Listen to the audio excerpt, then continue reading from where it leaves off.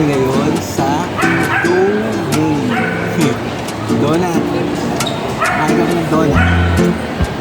In-order namin donut na may leche plan. Tapos donut na may uberya. Ito yung donut na may uberya. Tapos ito naman yung donut na may halaya. Ayan o. Uy, ano bang alaya? Ano ba? Ito yung donut na may leche plan. Go na. Yan, dito nyo lang yung matitikman sa Domain. Domain.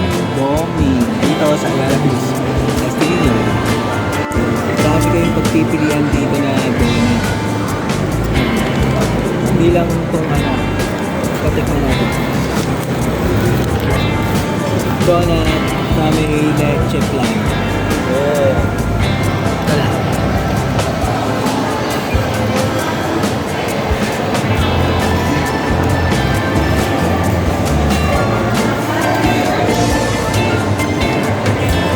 Wala. Normal lang na donut. Sarap yung leche plan.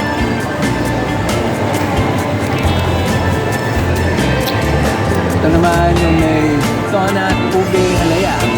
Ano? Halaya. Natin. Kung hanggang saan to. Hanggang saan kaya itong halaya na to? Yan, sa gilid ka kumain. Wala. Sambo? Ano na halaya? Wow. Ang dami oh.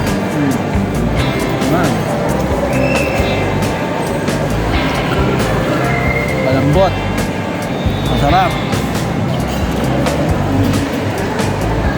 Ayos. Testingin nyo rin.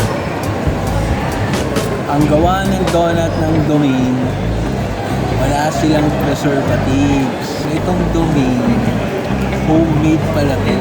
Ibig sabihin, sa bahay ginagawa. Joke lang.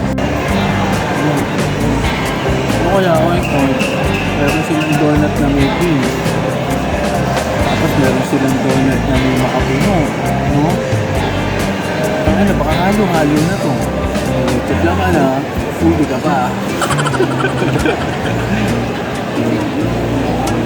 Hindi, homemade to. Ito. Gumo, nag-umapo sa ubi to. Ito naman, sa ano, sarap. Sa mga gatin mo ayun ang ube oh. Ano? Tinipid pa. Sarap. Sarap talaga. Parang ube ng Good Shepherd.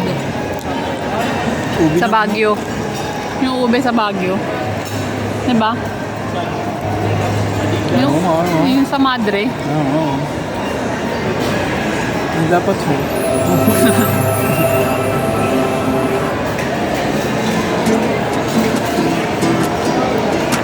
Homemade, no preservatives. O, di ba? Ako pa. Domain donut. Kalain na pa. Alright, ganito na lang. Salamat.